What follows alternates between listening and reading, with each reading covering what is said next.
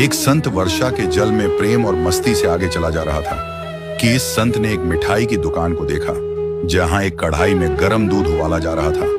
तो मौसम के हिसाब से दूसरी कढ़ाई में गर्मा गर्म जलेबियां तैयार हो रही थी। साधु कुछ क्षणों के लिए वहां रुक गया। शायद भूख का एहसास हो रहा था या मौसम का असर था। साधु हलवाई की भट्टी को बड़े गौर से देखने लगा। संत कुछ खाना चाहते थे लेकिन संत के पास पैसे नहीं थे। लेकिन नेक दिल हलवाई ने एक प्याला गरम दूध और कुछ जलेबियां साधु को दे दी। साधु ने गरम जलेबियां गरम दूध के साथ खाई और फिर हाथों को ऊपर की ओर उठाकर हलवाई के लिए प्रार्थना की और फिर आगे चल दिया। और साधु मस्ती में बारिश के पानी के छींटे उड़ाता चला जा रहा था। वह इस बात से बेखबर था कि एक युवा नवविवाहिता जोड़ा भी वर्षा के जल से बचता बचाता उसके पीछे चला आ रहा था। एक बार इस मस्त संत ने बारिश के पानी में जोर से लात मारी। बारिश का पानी उड़ता हुआ पीछे आने वाली युवती के कपड़ों को भिगो गया और उस युवती के कीमती कपड़े कीचड़ से लथपथ हो गए। उसके युवा पति से यह बात बर्दाश्त नहीं हुई और एक जोरदार थप्पड़ संत के चेहरे पर जड़ दिया।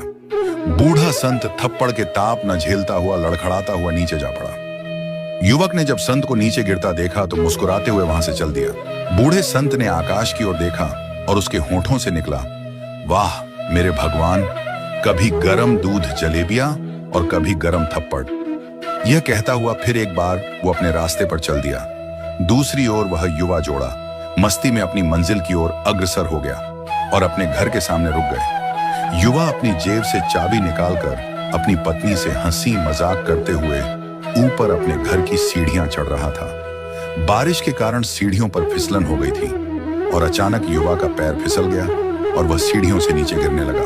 महिला ने बहुत जोर से शोर मचाकर लोगों का ध्यान अपने पति की ओर आकर्षित करने लगी, जिसकी वजह से काफी लोग तुरंत सहायता के लिए उसके पति की ओर लपके। लेकिन तब तक देर हो चुकी थी।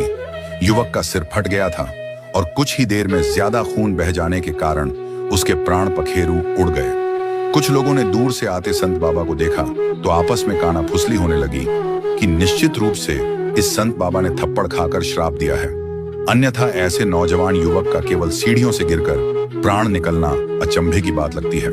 कुछ मन छले युवकों ने यह बात सुनकर संत को घेर लिया।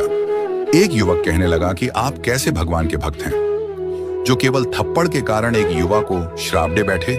संत कहने लगे, भगवान की कसम, मैंने इस युवा को श्राप नहीं दिया। अगर आपने श्राप नहीं दिया तो ऐसा नौजवान युवा सीढ़ियों से गिरकर कैसे मर गया? तब संत ने कहा कि आप में से कोई इस पूरी घटना का गवाह मौजूद है? तभी एक युवक आगे बढ़कर बोला कि हाँ मैं हूं। साधु ने अगला सवाल किया, मेरे कदमों से जो कीचड़ उछला था उसने युवा के कपड़े को दागी किया था? युवा बोला कि नहीं, लेकिन महिला के कपड़े जरूर खराब हुए थे। संत ने आगे पूछा कि फिर युवक ने मुझे क्यों मारा? युवा कहने लगा कि वह युवा इस महिला का प्रेमी था और यह बर्दाश्त नहीं कर सका कि कोई उसके प्रेमी के कपड़ों को गंदा करे, इसलिए उस युवक ने आपको मारा। युवा की बात सुनकर संत बोले कि भगवान की कसम, मैंने किसी को श्राप नहीं दिया, लेकिन कोई है जो मुझसे प्रेम रखता है। अगर उसका यार सहन नहीं कर सका तो मेरे यार को कैसे बर्दाश्त होगा कि कोई मुझे मारे, और वह इतना शक्तिशाली है कि दुनिया का सबसे बड़ा राजा भी उसकी लाठी से डरता है। उस परमात्मा की लाठी दिखाई नहीं देती और आवाज भी नहीं करती, लेकिन पड़ती है तो बहुत दर्द देती है। हमारे कर्म ही हमें उसकी लाठी से बचाते हैं। बस कर्म अच्छे होने चाहिए।